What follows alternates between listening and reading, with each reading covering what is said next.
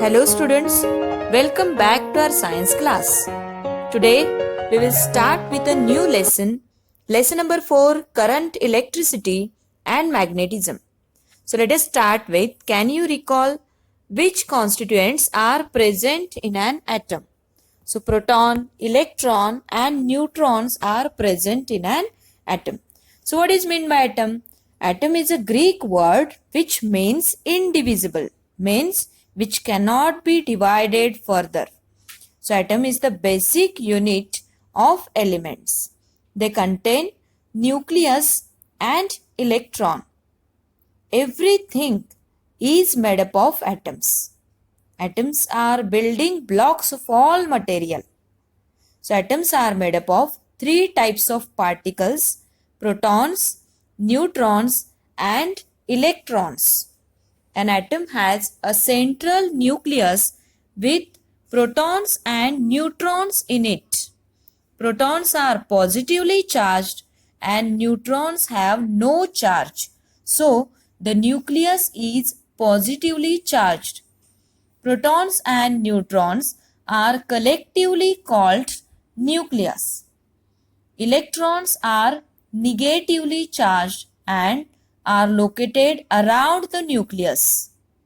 So, atoms are the smallest unit of everything. For example, see, water is made up of water molecule. But water molecule is made up of atoms. So, there are 2 atoms of hydrogen and 1 atom of oxygen in each water molecule. So, when atoms join together, they form a molecule, and when molecules join together, they form a thing. So, an atom has same number of positively charged protons and negatively charged electrons. So, an object does not show any charge though its atoms contain charged particles. Therefore, we can say that plenty of electrical charge is filled in the objects around us. What will happen if a glass rod is rubbed on a silk cloth? How do objects get charges? What are static and moving charges? So, moving charges get transferred from one object to the other. These are negatively charged. Moving negatively charged particles are the electrons. Can this negative charge be made to flow?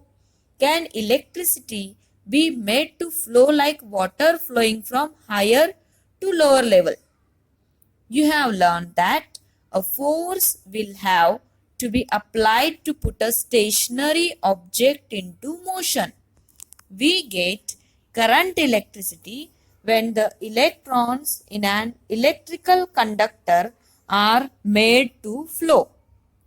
So what is meant by current electricity?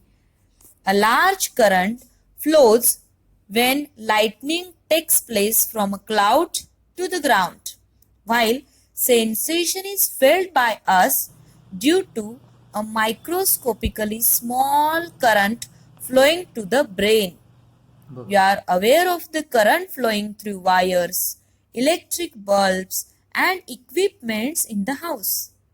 In the electric cells of a radio or in a car battery, a current is produced by the flow of both negatively and positively charged particles. Electrostatic potential. Water or liquids flows from a higher level to a lower level. Heat always flows from a body at higher temperature to a body at lower temperature. Similarly, there is a tendency of the positive charge to flow from a point of higher electric level to a point of lower electric level. This electric level deciding the direction of flow of electric charges is called electrostatic potential. Potential difference.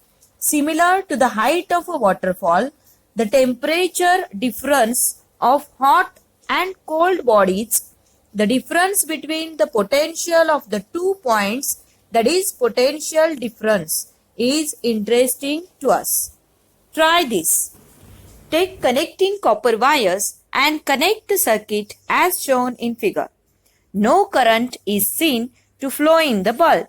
Now connect in the same circuit a 1.5 volt dry cell available in the market as shown in figure. Now it will be realized from glowing of the bulb that a current is flowing in the circuit. Electrons in the wire flow due to the potential difference between the two ends of the dry cell. These flow from the negative terminal of the cell to the positive terminal of the cell. Conventional current flows in the opposite direction and is shown in the figure by the sign of an arrow. We will learn about an electrical circuit later in this chapter. In figure A, there is no current as there is no potential difference in the absence of any cell. Current starts flowing in the circuit as soon as the potential difference is applied.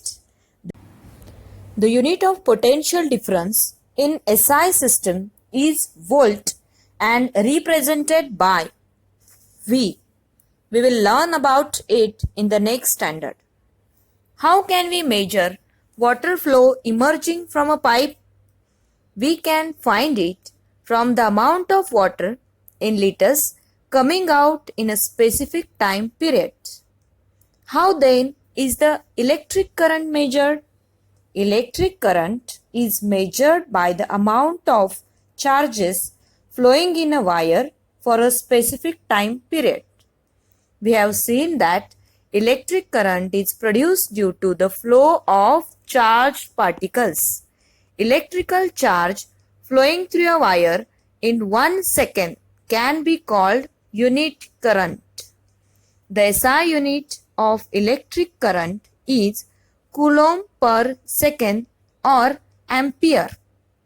So 1 ampere is equal to 1 A is equal to 1 coulomb per 1 second is equal to 1 coulomb per second. So electric current is a scalar quantity. Electric cell, a source, is required to produce a uniform flow of charges in a circuit. Such a general device is an electric cell. Various types of electric cells are available today. These are used in a range of machines from wristwatches to submarines. Out of these, you must be aware of solar cells. The main function of various electric cells is to maintain a constant potential difference between its two terminals. The electric cells work on the electric charges to maintain a constant potential difference about which you will learn later. So in the next lecture, we will learn about the electric cells that are currently in use. Thank you.